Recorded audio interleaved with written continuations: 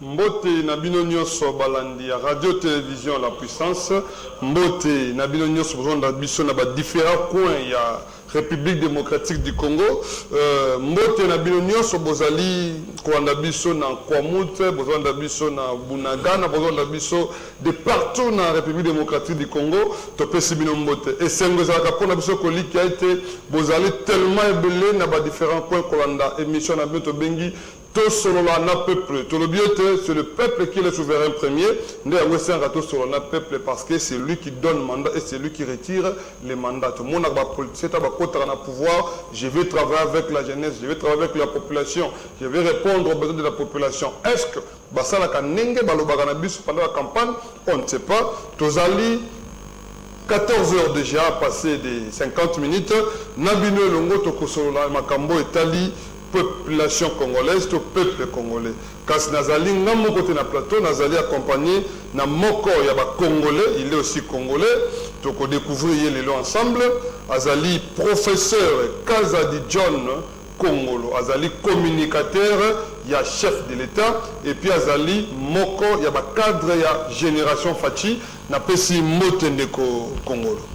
Bote ndeko Rigen na sepeli mingi ndenge boyambi ngai na etando ikiawa na chaîne na bino RTP.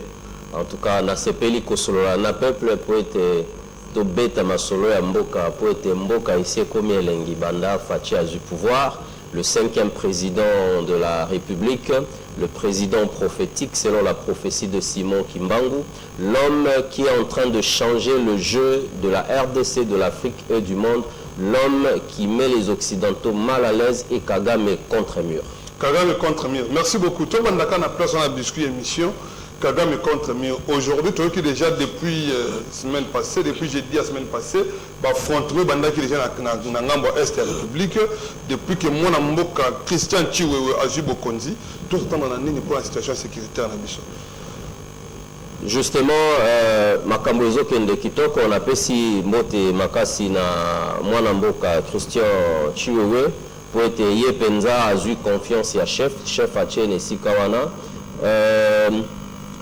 Ngana Lubaka toujours na betandonio sur Ekena le Kakaete Fachi, c'est le fin diplomate parce que Bele Balobaki fallait qu'il y ait des guerres Mbalamoko et tout ça la bête.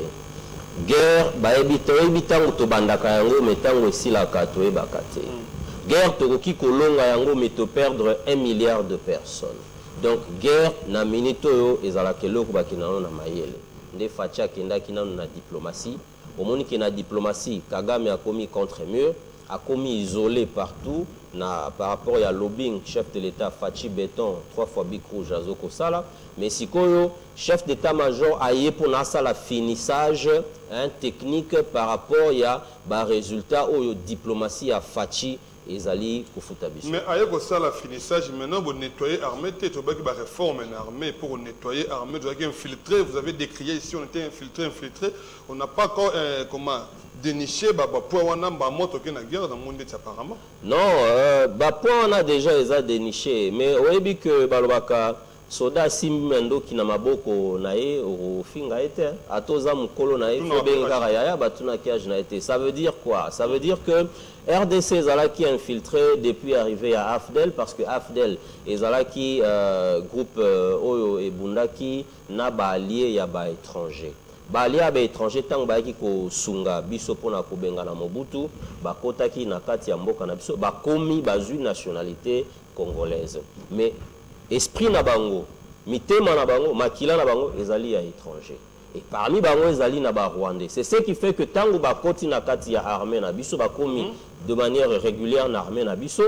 Même si administrativement, Bazaki on l'a qui ça que Bazo travaille pour Nabiso, mais politiquement, Bazaki travaille pour Nabiso, Bazaki travaille pour na Bambo Kanabango et Sika Baoutaki. Yango Moni depuis plusieurs décennies, 2 décennies au Euti Koleka, Ndenge Bakotaki na armée, Basali Makambon Basali, Bateki ba plan Yamboka, Bateki renseignement Yamboka et na ba complice na bango politicien, Bakeiti na côté ka diplomatie Yamboka. Est-ce que vous comprenez? Bateki diplomatie en Mboka. Bateki diplomatie en Mboka au point que dans la grande messe internationale, RDC Zala qui sous na pouvoir ya ko décider. yango moni tango Fachi azwaki pouvoir lobaki nako sala Bic Rouge pour nako changer makambo. Bic Rouge wana ezalaki d'abord diplomatiquement. Ndio moni tango azui pouvoir bato pe ba comprendre que Fachi a fait beaucoup de voyages à l'étranger ezalaki façon que yemoko ayeba ko comprendre qu'est-ce qui se passe par rapport à poids diplomatique ya RDC. Omoni ke sikoyo ebandi kozonga nde ozomona que Fachi sikoyo yo oyebi ke na mboka na biso esalamana noté président de la République azala plusieurs fois président en exercice ya ba organisation internationale. Mais Fachi a komi kuna ndenge nini? D'accord, merci beaucoup. Plusieurs fois, mais avec quelle finalité? Il vous a plusieurs fois. Merci beaucoup, Tolobia Zali, professeur John Kazadi Kongolo, mon communicateur et chef de l'État, et puis Azali, cadre na structure Bengi Génération Fachi. Génération Fachi, Ezanini et Botamika, Pepona Nini. Puis Ezali, quoi, comme parti, ma lettre écrite pendant que vous êtes au pouvoir pour nous rejoindre majorité en 2023. Non, non. Génération Fachi, ezali organisation, eza dirigée par présidente nationale Nabiso, Mama Fanny Bomande Keimenga, Mwasi Kitoko Makasime, Achara Kitoko Nae Pembeni, Ache Maele Nae Liboso.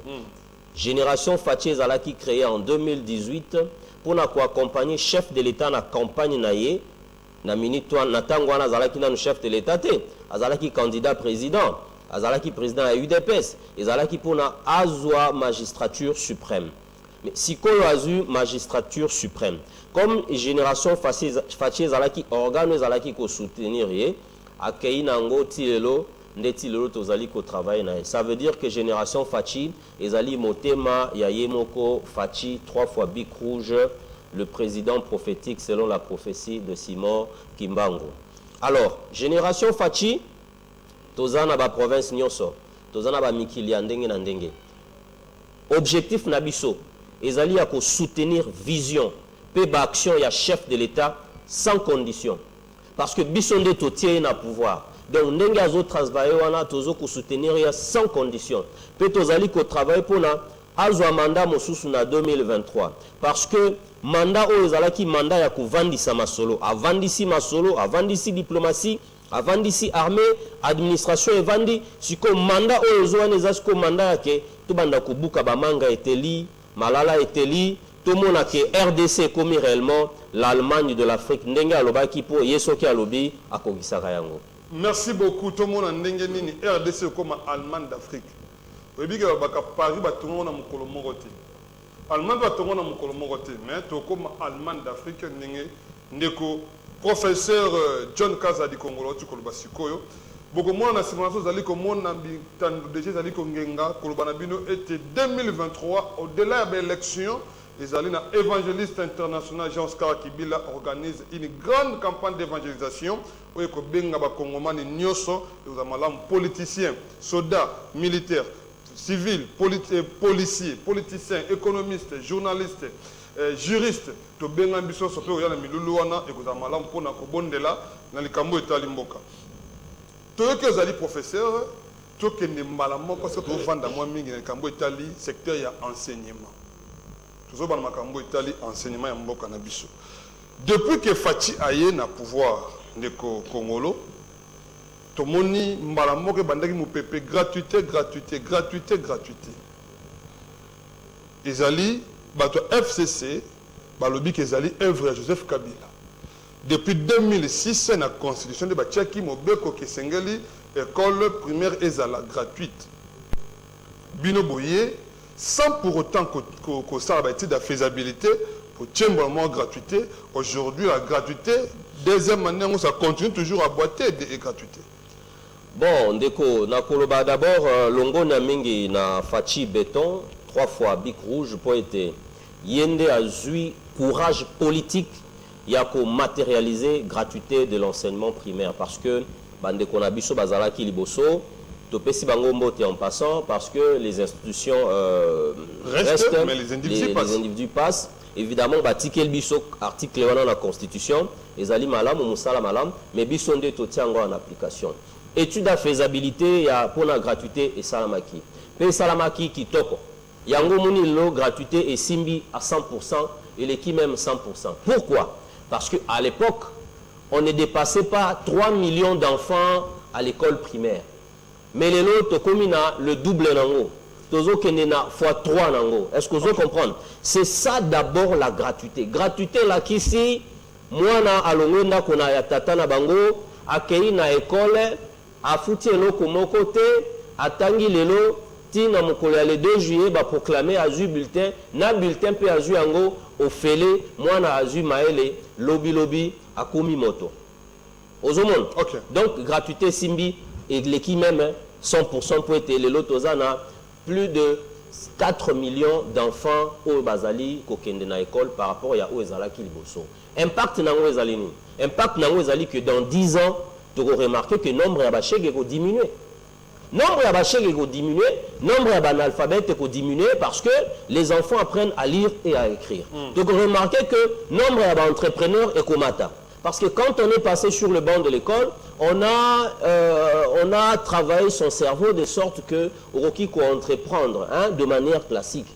Puis tant on est à l'école, obi kotanga kokoma, obi moi français, aux ana facilité Hollande d'information, il y a mboka nabiso, il y a libanda, aux autres moi bamakambu, ils ont développé maël nayo pour lobi okoma mutul. Kasi, ils ont le lokomoko, oh batu bako bazo comprendre te.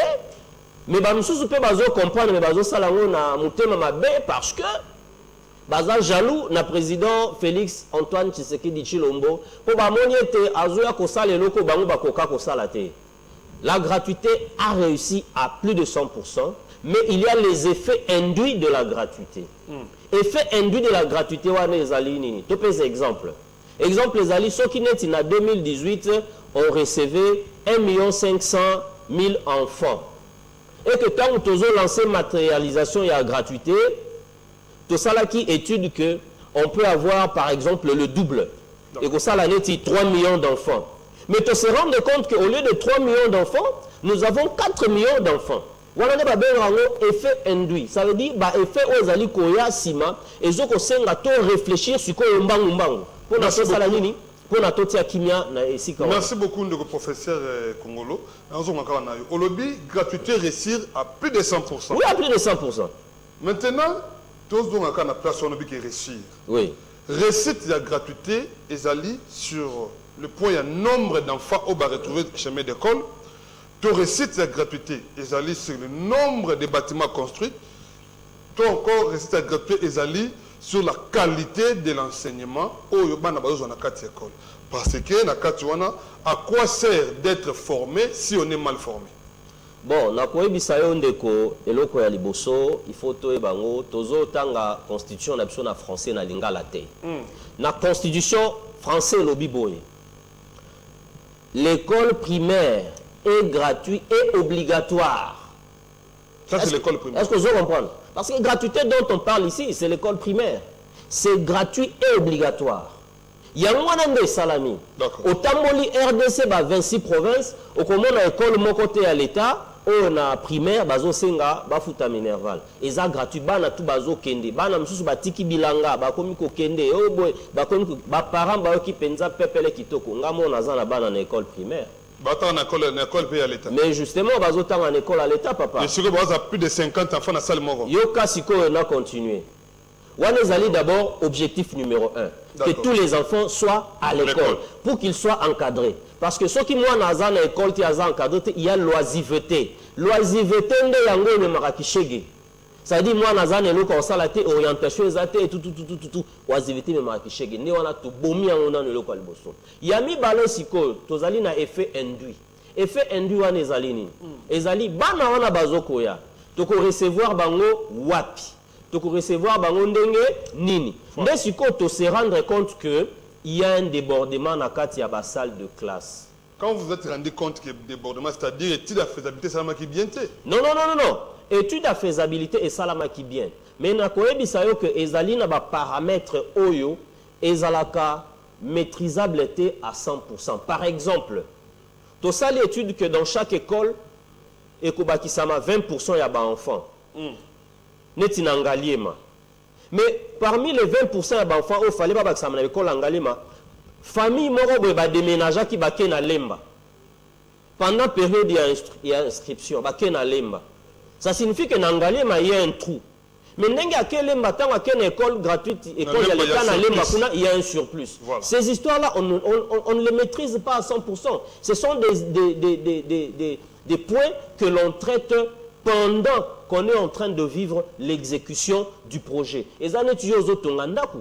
Ozotongandaku neti na elanga.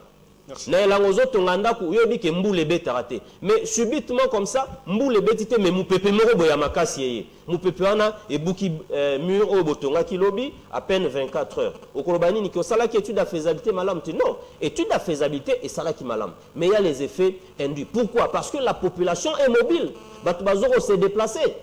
Vous comprenez? Okay. Alors, wanezali par rapport ya tokoyamba bana wapi, tokoyamba bango ndenge nini. Yango omoni ministère nabiso. D'ailleurs, je salue en passant le DG, il y a FPF, parce que dans 4e ministère, il y a FPST, ils allaient dans le département, ils allaient charger, de fournir des écoles, des meubles. Des meubles, ils allaient des bancs.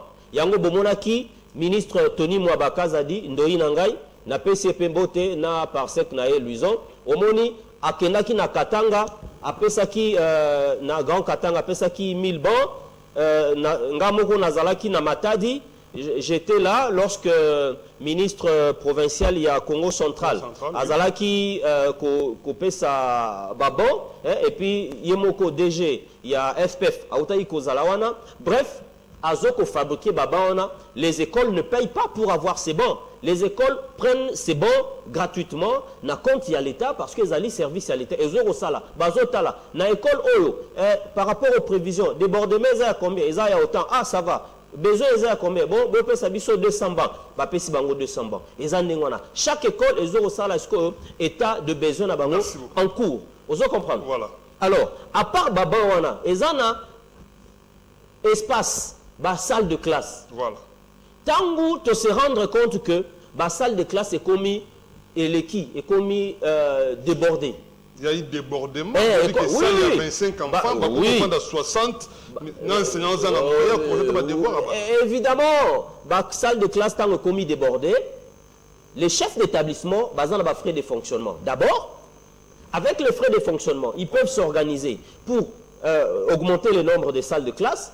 Mais en même temps, il y a aussi les services de l'État, tels que FPF, et Zalipena Katia, aménagement, entretien, construction à la salle de classe, et Zali salaire. Vous comprenez? Donc, problème, il y a gratuité, et Zali, petit problème, parce que les enfants sont déjà à l'école, plus de 4 millions sont à l'école, et puis le gouvernement est en charge totalement, il y a salaire, n'a prime, il y a enseignants, il y a école primaire.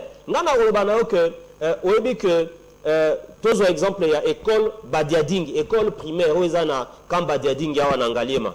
École Wana, en 2018, ceux qui parents foutent bien, les enseignants touchaient la prime de 10 000 francs congolais. 10 000 francs congolais la prime. Plus le salaire n'a pas été 150, 160 000 francs congolais. Donc l'enseignant avait en moyenne 170 000 francs congolais. Mais avec la matérialisation de la gratuité par le chef de l'État, avec son warrior, Tony Mwabaka a dit, les enseignants sont à plus de 400 000 francs congolais aujourd'hui. Ça veut dire que Bazali Soussou n'a commis les landings Zalaki Libosote. Merci beaucoup. Nantango Tangi warrior, Tony Mwabaka a dit, na CP les places wana, na koto place wana. Connaissant que des personnes qui ont salam, famille à Longwe Nangalema, qui na Mongafula, qui na tout ça, na ba communes différentes, et que ça la moi surprise ma commune Moussous et puis tout na ba commune Moussous. Est-ce que ce n'était pas important pour vous, quand vous êtes venu aux affaires, de commencer d'abord par construire les écoles? Qu'on construit d'abord les écoles, pour sali, pour équiper les écoles, na ba tout possible, pour lancer gratuité, au lieu de kende, to bandi, ti te mon chef d'État reconnaître que non, l'enseignement congolais est à un niveau trop bas. Vous voyez pas que non, nous sommes vendus aux yeux du monde, dans le lingue moka malamute. Non, des journalistes, wana naza d'accord na yote parce que bolingi bossa la récupération, tout boza na sentiment à maloba. C'est que le chef de l'État, le chef de l'État a lobby par rapport à qualité il y a enseignement, na qualité, na niveau ya ba enseignant. Nous, on a et ça n'a rien à que voir. le chef avait dit. Chef Alobaki Yango. Oui, c'est ça. C'est ce que nous avons reproduit. Yoka, chef Alobaki Yango, mais ça n'a rien à voir avec le lancement de la matérialisation de la gratuité de l'enseignement primaire. Le chef Alobi ezali problème et outil depuis le feu président Mobutu. Le feu président Mobutu vers les années 80, tant que l'enseignant a tombé là qui est, abimisa qui enseignant la fonction publique, atika qui enseignant abandonné. Situation d'enseignant comme qui dégradé à partir ya moment wana. Ndé au moniti musée aye, a comme qui komatsamwa mukie, le président Joseph Kabila, l'ex-président Joseph Kabila, Kabange aye, a sali ce qu'il pouvait faire. Osons comprendre. Mais aujourd'hui, le président Félix Antoine Tshisekedi Tshilombo a un habit rouge. Il a constaté ce qu'il a trouvé. Il y a un à s'exprimer parce que hier, à Salara, système un système à Jésus. Hein? Félix Antoine Tshisekedi Tshilombo a un système à Jésus. Lui, il déclare, après il agit. Nengo monaka, Yesu azaki kolobake, nako bukandaku, après 3 jours, natongi yango. Après esalami. Tango akei pa ba pharisien, tango pameli bango. Après, accueilli un acte. Tant que l'obi na mutuana ke, ozana posani, nazana posana mona. Alobi, ta foi t'a guéri, lève-toi et marche. Félix Antoine Tshisekedi azandenge wana. Et je vous dis, c'est comme ça qu'un bon chef d'État doit se comporter. Et je vous dis, c'est le meilleur chef d'État que la RDC n'a jamais eu.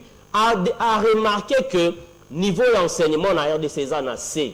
Yango omoni azali kozwa ba disposition pour que Tokoka régler yango. Yango moni sikoyo en passant, tozali ko saluer l'inspecteur général na EPST, Jacques Odia, hein, l'inspecteur général na EPST, Jacques Odia, parce que à lancer sikoyo contrôle, il y a des documents, il y a des pièces scolaires, il y a des enseignants. Pona nini? Pona akoka ko nettoyer bao bazali ba fraudeur, bato ba kotaki na ndenge ya mbilinga mbilinga. Okoki ko imaginer que mutu ba engagé na école comme engagé comme ouvrier. Mais tant que il faut que Bongisa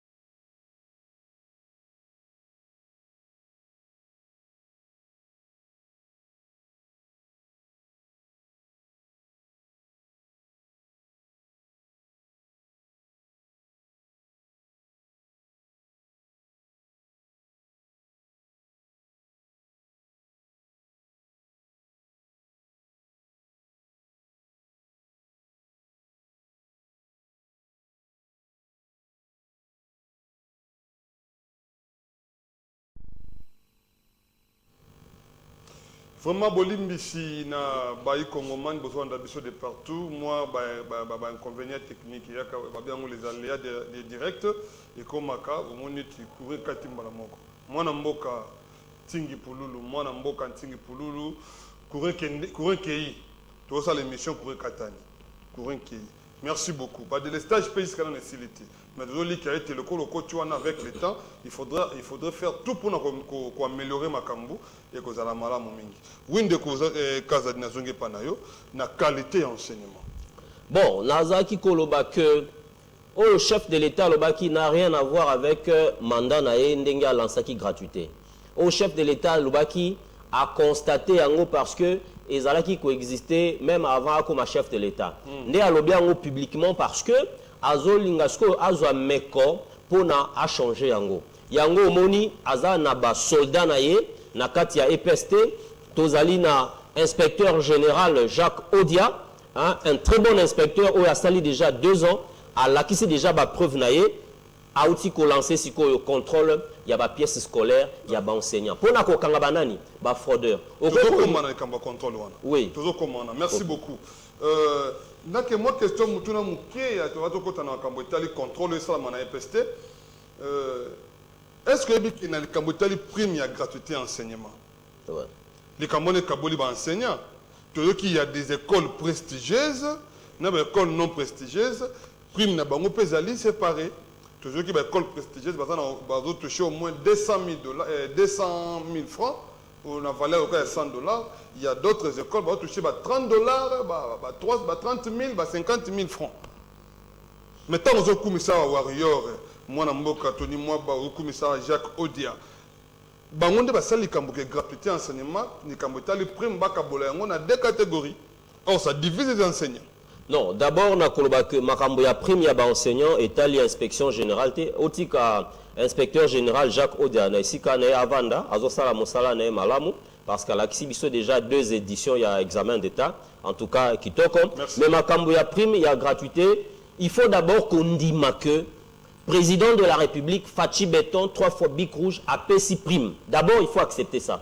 Il ne faut pas être ingrat. Après, d'abord, prime. Si il y a disparité, Wanezali, école normale, école boye, tout ça, Wanezali, combat, je salue les syndicalistes, il y a EPST, Bazali, Kobunda, Puelo, Kouana, et Sila. Omoni, Balbaka, toute œuvre humaine est perfectible. Hein? Okay. Donc, ils allaient là, Komoko, Ezobonga, Kalamingite. Omoni, même dans ma cambia, salaire à enseignant, Wana, ils en ont banque, Moussou, l'État est outil que Boto, la bango, paye à enseignant. Parce que Banyoko, li, enseignant, Makasi. Barreter, Bazo, Kendeti,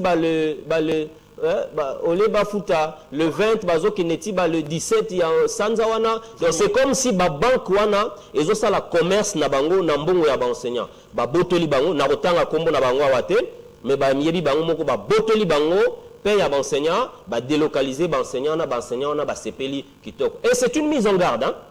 C'est une mise en garde pour la banque Missous Bazo Nyoko la enseignant liste na bango DG Salami. Surtout na katia na province na intérieur kuna Bazo Nyoko la enseignant à Kosala 20 km pour avoir salaire na les jours à beti 3 jours les jours ya zo koma ici quand ba agent payeur bazali ba bisege agent payeur a outi ko longwa a kei na azongi na. Donc cet enseignant là ne peut pas rentrer chez lui enseigner parce que le salaire n'a été. Il faut aller sous 1 mois, 3 semaines, 1 mois pour l'agent payeur aller sous pour le salaire il y a mois suivant pour azonga. Et là quoi nezo ko bebi samakasi. Beaucoup le bac ezali problème il y a Fachi, problème il y a Tony moi té, problème na bango té ezali problème il y a banque. Mais bango comme bazali ba chef, on dit il n'y a pas on dit il n'y a pas de mauvaise troupe, il n'y a qu'un mauvais chef. Alors Fachi, comme un bon chef, il y a un zomona Atie Tony. Mais Tony peut comme Alingi Alakisaki un bon chef, il y a un zomona déjà banque Moussous Baouti ko Botolae paye à enseignant. Voilà. Donc un bon chef c'est celui qui quand il remarque que ba allié na bazo travailler bien té il faut alongo la bango a changer bango na ba misusu ko ba résultat na ezala probant ezala kitoko makasi. Je vous rappelle maintenant momi ko tchana na musala to ko mettre en place ce principe il y a 3C.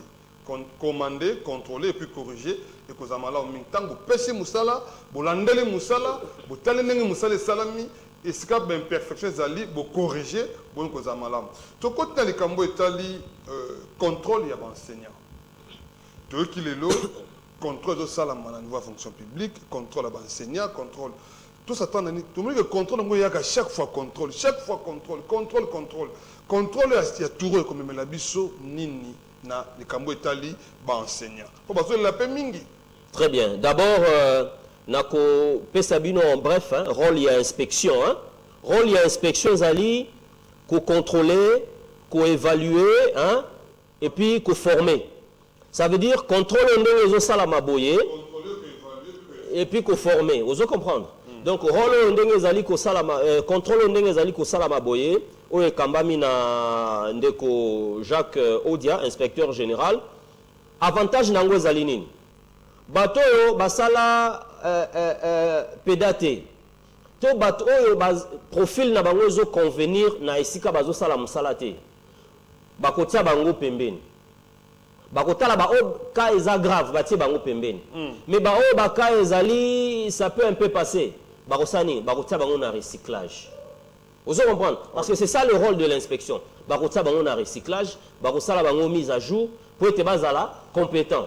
Vous comprenez? Donc contrôle wana eza penza kitoko makasi yango to sengi na ba enseignant nyonso ba yamba ba inspecteur wana malamu ba yamba bango na boboto ba suna bango penza na kimia ba banga lokote ba inspecteur wana pe to ko pesa bango mbela ete ba kitakuna neti ba soldate ba kenende ko sala musala na kimia et puis ba sala mbilinga kuna tendenge toyokaka na ba mbula misusu ndenge ba contrôle ezalaki ko salama sikoyo. OK. Na fonction publique tout ça na contrôle wana tozali kopesa mbote na un autre warrior du président de la République Fachi Beton 3 fois bic rouge président prophétique selon la prophétie de Simon Kimbangu l'homme qui a mis les occidentaux mal à l'aise et Kagame contre mur contrôle wana et simbami et memami na ndeko vice-premier ministre de la fonction publique Jean-Pierre Liao Iboué. Okay. Vous comprenez? Contrôle un objectif nango zalini. Kolongola ba faussaire wana zalini. Okomona mutu moko yemo kwa zalina 4 matricules. Azora 4 salaires. Okomona matricule mususu ba pesa ngo mwana ya 11 ans. Mwana ya 11 ans azora salaire. Surtout que salaire comme kozwa na banque. Donc, ba mikondi, ba chef du personnel, baza même pas n'attend ba kene ko contrôler bango. Aya kamusalate, le jour ya paye à l'équipe la moko na banque. Nde omoni topesi longo nya mingi na mwana mboka Jean-Pierre Liaou poète na kati ya ville à Kinshasa, ba fonctionnaire wana bazalaki plus de 200 000. Otozo benga ba fonctionnaire ya Lukuta. Mais tangu nettoyage salami bakomi à peu près 70 000. Okay. Tala degré de nettoyage de salami.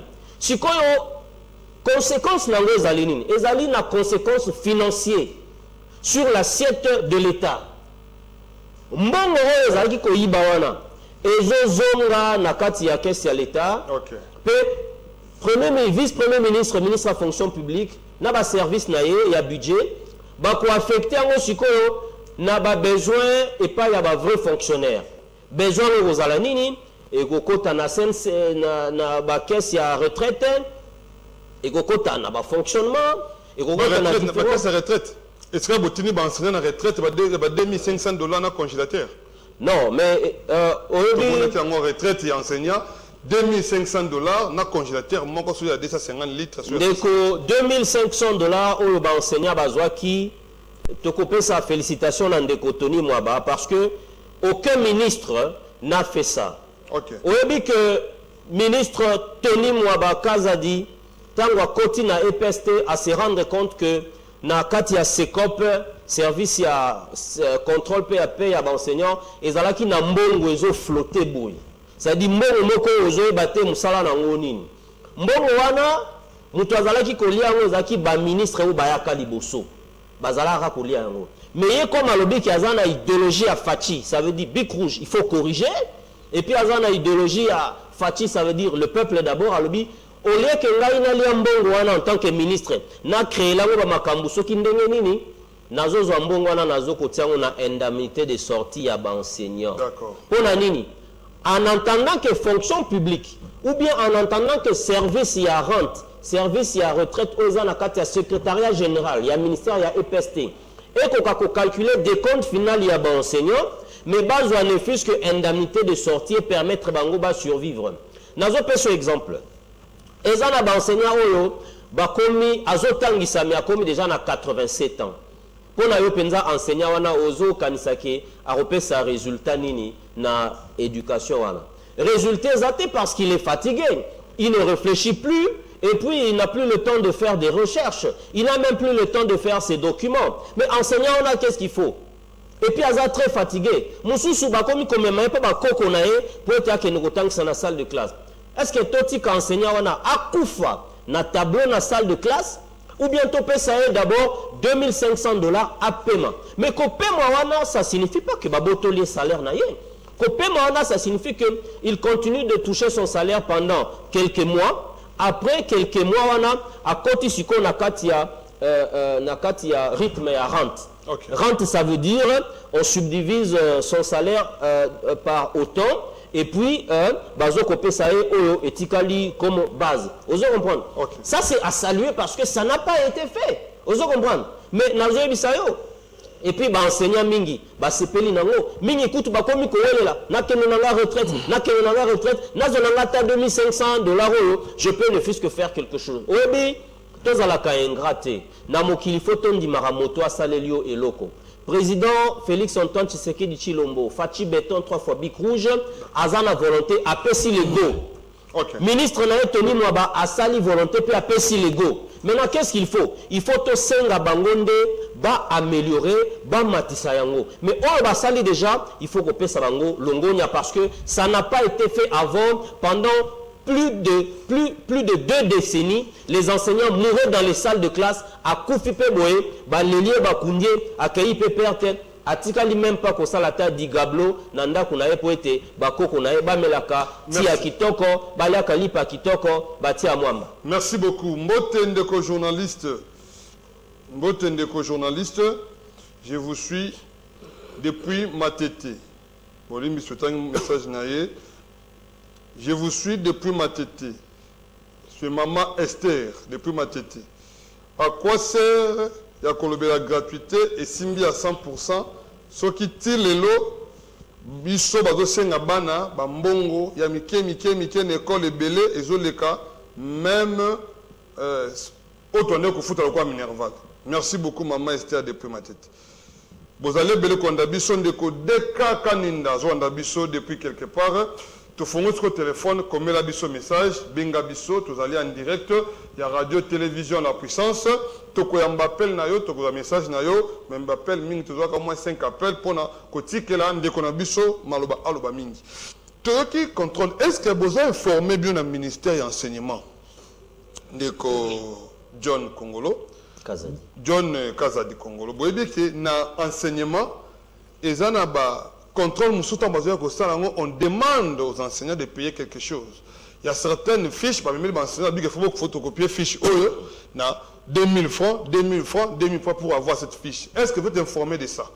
Tous allez informer, tous allez informer que Makambwana et Salami, wana babengango dérapage na musala. Babengango illégalité. Babengango faute na service. Yango tous allez kolobana ba enseignant nyoso. Banda likolo tina se soki ba inspecteur ba na établissement na bino ba 5 bino bo futa mbongo bo dénoncer bango bo banga le côté tozali na régime oyo ba intouchable bazalaka lisusu te parce que ministre azoko tamakala ça signifie que inspecteur oko tamakala ndeto pesi longonya lisusu na Jacques Odia inspecteur général parce que avant ba inspecteur wana ba kende na terrain après ça ki bango frais de mission ba inspecteur wana bazu frais de mission. Est-ce que vous comprenez? Très bien. Ce qui est enseignant, na bolingo na bango parce que musala eza kitoko pour avantage na bango bamoni ke ba inspecteur ba na école na biso to yamba bango na mwa koka to yamba bango na mwa lipa wana ezali na ndenge ya boboto na bango ezali fraternité ezali courtoisie na ndenge na bango mais les inspecteurs ne doivent pas rendre obligatoire un service rendu na compte ya contrôle. Soki to kangi bango, soki inspection générale et kangi bango, en tout cas, barozala sanctionner de la manière qu'il faut, de la manière vive. D'accord, merci beaucoup. Tu as vu message de quoi comme Bisso. Mbote ndeko motei. Nazali enseignant na moko ya école conventionnée, mais yebisa communicateur ya chef de l'État biso ba imposaka biso mingi ba fiche ba koya contrôle ba osenga yo 2000 francs pour la fiche ata lobi bongo mais batu wana baza na manière mosusu ya ko fonctionner. Merci beaucoup. Ndeko tozu message je crois beaucoup tanga comme pour enseignant ba torter bazolanda et mais ndeko kaza dia lobi awa que soki moni ba inspecteur ba yen établissement na bino sans consentement na bino ya kopesa bango moi mai moi secret moi transport bazo obligé bino mbongo moko quelconque ata ba 500 par obligation bo dénoncer yango chef de l'État alingi makambo wana te selon ko ko na ba dire ya ndeko professeur. D'ailleurs limbisanga ndeko journaliste lobby na rozala na inspection générale. D'accord. Na rozala parce qu'ils ont la prérogative nanga en tant que communicateur na ko kende pas inspecteur général lobby na ko solola na ye soki to toza d'accord na ye to ko benga bino bokoya pe na caméra to ko sala point de presse moko na ye pour allo bango lisusu pona public et enseignant et comprendre que ko senga mbongo na contrôle ezali abus contrôle eza ko sala mani et salama pe na fonction publique ça ne demande pas de l'argent c'est gratuit parce que ce sont des agents de l'État qui sont au service de l'État ils ont le salaire de l'État la prime de l'État et ndenge ba terrain bazui déjà frais d'émission na mbongo ya l'État. Merci beaucoup bazali batualité bazo mbongo bazui des frais d'émission na mbongo ya l'État ndengo ndeko auti koloba awa. Tozana ndeko professeur Kaza di John Kongolo azana biso na plateau azali communicateur chef de l'État et puis azali moko ya cadre na génération Fachi tozo so na tobe sur le tali makambo tali enseignement na secteur wana comment les choses évoluent ba dérapage za moi mingi les inspecteurs viennent sur terrain ils demandent de n'importe quoi et puis bazo tcheba enseignant mal à l'aise vous voyez que ce n'est pas une très bonne chose tozo message na ya wakino. Tant que tu appelles, tu quittes sur terrain, tu écoutes un inspecteur, Jacques Odia, tu les peux me tourner Sengeli, tu comme me l'as enseignant, pour que tu enseignant aux alliés, moto à l'État, ou tu fous à l'État, aucun inspecteur ne peut te mettre mal à l'aise, sauf aux alliés en ordre dans ma cambonenge Sengeli. Tous les cambos étaient COP 27. Tout qui a COP 27, chef de l'État multiplié, voyage, tout ce qui par-ci par-là, Gabon, et ainsi de suite. COP 27. Yo le ko la moko expert dans le domaine de l'enseignement. Tout s'attendre à nini makambo etali COP 27. Ba avantage na yango eza nini? Avantage ya liboso na COP 27, hein, COP oyo. Pour ba COP ezalaka na ba chiffre nango. Mais COP oyo ya 27 oyo avantage nango liboso ezali RDC matili kolo makasi. Pour nini? Parce que RDC est organisé pré-COP 27. Pré-COP 27 est une cuisine interne pour préparer la grande messe internationale sur la gestion du climat à travers la planète Terre. Et ça l'a mis à RDC. Bah, représentant du pays, nous sommes n'a parlé du peuple et ça l'a qui toque au Penza. Ok. Pour organiser par exemple, je appelle de quoi bengi biso. Allons de combo te bengi ap combo nani? Na bengi na komi na lemba na salon. Oui. Combo nani? Combo na ma Dieu merci. D'accord, ndeko Dieu merci. Ma kanisina ezani. Tope mutuna nayo. Ouais. Mais que communicateur azolu ba makambo ya pei. Ba NI ba ko kuka ma mkolonini. D'accord, ba NI. D'accord, ndeko bengi biso depuis quelque part, mutuna ezali. Makamba paye, oui, c'est bon. Mais bah, NI, bah, vous foutez ma colonie. Merci beaucoup. Nazonge panayo. Tu continues Makamba COP, tu as NU. Tu as question, merci. Continue Makamba COP 27. Voilà. Alors, Nazaki Kolobaboy, le fait, pré-COP, et joue un rôle, il y a cuisine interne pour nous préparer matière au écolobama na COP. Est-ce que vous avez comprendre? Oui. Pays Oyo et Zoaka charge à co-organiser pré-COP. Pays wane zalaka considération makasi na concert des nations au niveau international. Donc le fait déjà que RDC est organisé en haut, et là tu t'es organisé Coupe du Monde, mais en matière il y a gestion du climat à travers la planète Terre. Donc déjà tomati déjà makasi. Mais beaucoup que pour tout organiser pré-COP wana, ça n'a pas été facile. Nous avons eu des bâtons dans les roues parce que les gens dans le pays misusu balinga ki ba organiser on peut te bango pe bazwa mpifo wana. Ba kenda ki même ko diaboliser biso et pas il y a Égypte parce que Égypte ndemutu azana présidence il y a COP 27. Vous comprenez?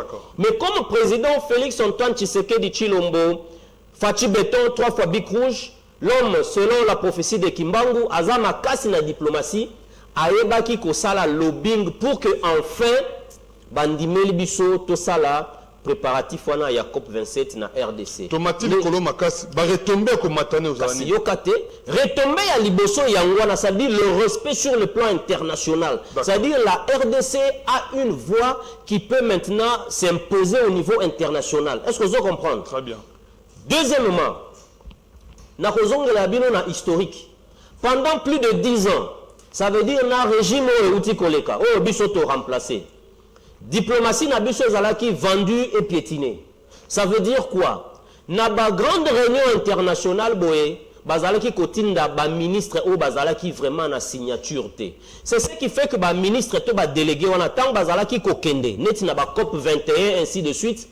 Bazalaki kokende comme ba spectateur, comme assistant seulement. Ako opesa ba makanisi na ye, ako komona ndenge ezo salama aller biftek alali na hôtel ya cher tout ça mati avion, mais décision finale tango ekozwama ye moyen a lobali kambo ezalité. Okomona président ya pays onda kendaki, premier ministre ya pays oya kendaki, roi ya pays onde mutakendaki, basangani bango na bango ba travailler. Mais président Félix Antoine Tshisekedi Tshilombo comme Aza Bic Rouge, alinga corriger Makambwana, il faut changer les donnes. Néomoni, pour la négociation, il y a COP 27, attendi vice-premier ministre, ministre chargé de l'environnement, na kombo ya Mama F. Bazaïba, Otobengi, Mama Kulutu, Mama ya ba Congolais, Balingi, libération physique, morale, territoriale, nyonso, libération environnementale, Ndeye Akei.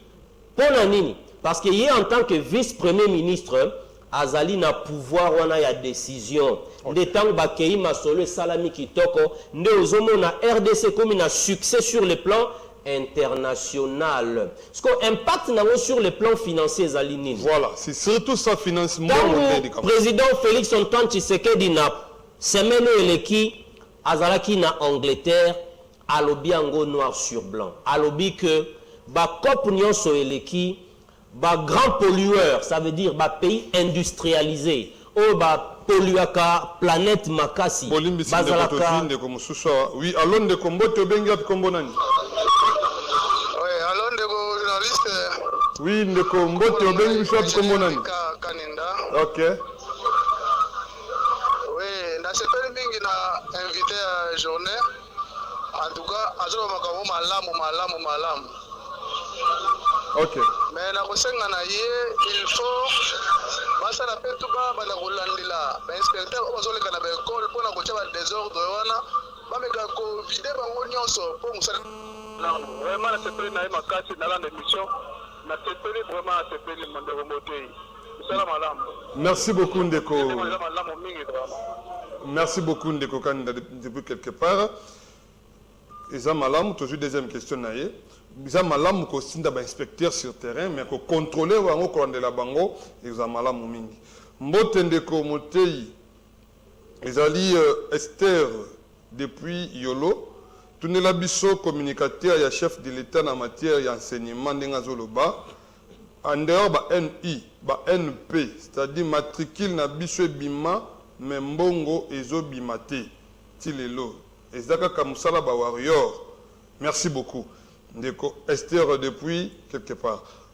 Maloba Painayo. On continue dans makambo ya environnement. Au bac enregistré on répond à bango. Président de la République Alobiango noir sur blanc na kuna na Angleterre. Alobi boy à s'adresser na ba grands pollueurs, c'est-à-dire les grands industriels hein, il y a monde. Alobi na bango na réunion internationale ndenge basanganaka wana eza décidé que bango oyo bazala na industrie ebele bapolluaka planète il faut bafutaka mbongo epai ya baoyo bapolluaka te mais baza pe na ba réserve ya oxygène donc bazamba tout le reste là. D'accord.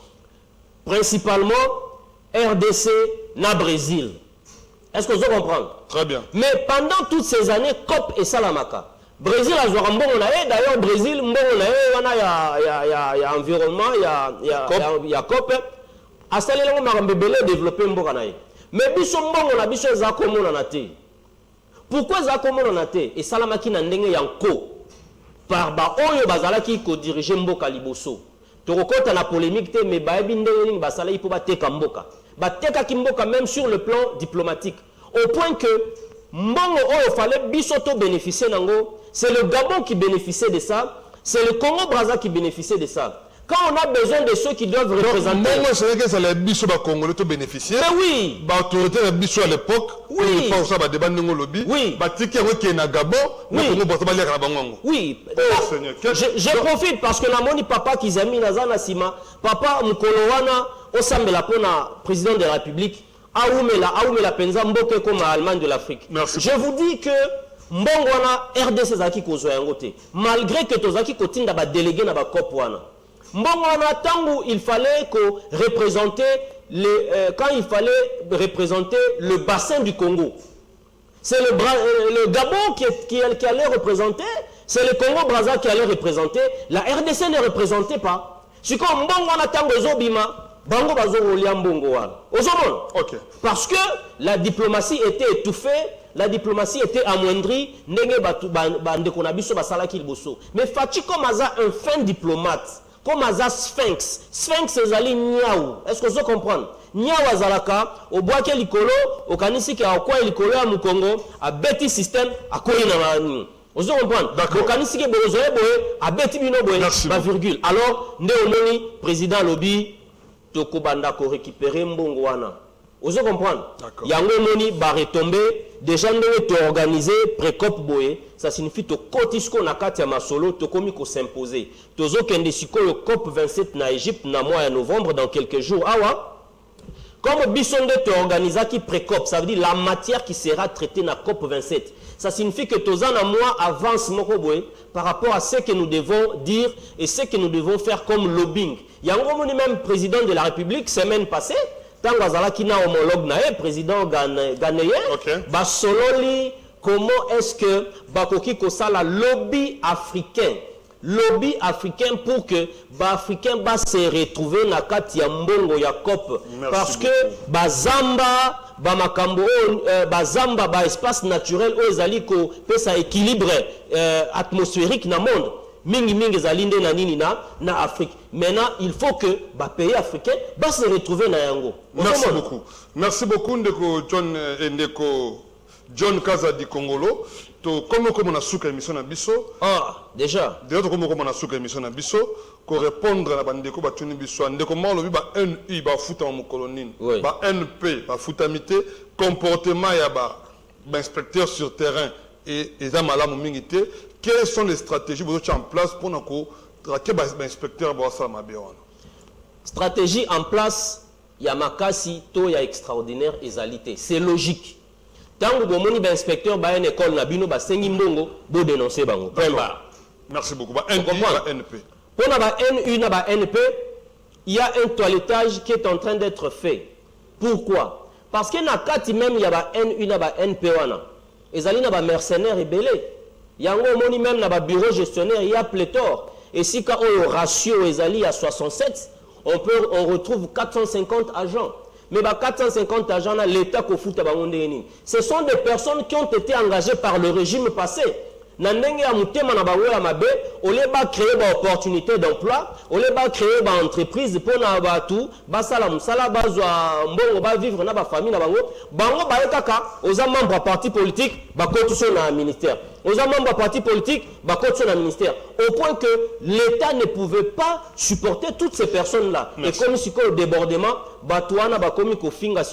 chef de l'État pour dire que gratuité simbité. Ces gens-là n'ont pas commencé avec Félix. Ils ont commencé avec les régimes passés. Mais comme Bazaba Congolais, Félix Antoine Tshisekedi Tshilombo a kozwa bango en charge base la kimia eza ba dossier moko eza na ba sensibilité belé ezokene malembe na kozonga lisusu na émission awa parce que cette semaine na kozala na directeur national ya Sekop Papi Mangobe na pesi mbote na kozala na ministre Tony Mwaba na pesi mbote bakopesa nga matière na koya ko communiquer yango pona relaxa bango ke likambo ezali boye. Merci beaucoup. Likambo ezali boye landanga malamo na lobi boye.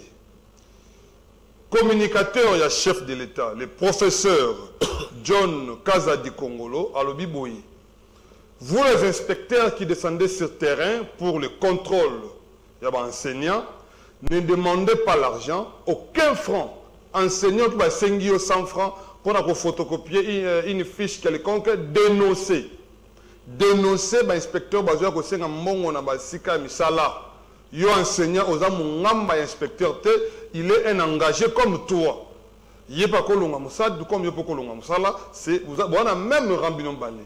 Les enseignants, prenez votre responsabilité à main, dénoncez les inspecteurs au bas de dérapage sur le terrain. Faut moi comme na souka émission na biso na ngambo ya masini, tozala ki na 3 bébés lobisalu, un papa compétent, intelligent, tozala ki na sima ya caméra ndeko Bob, un jeune compétent, tozala ki na bango ezaki malamu mingi, penta bango de wasaki toko tabanda ko na bino to pesi mbota bandenyo so mode de la fin émission pour na yo ndeko.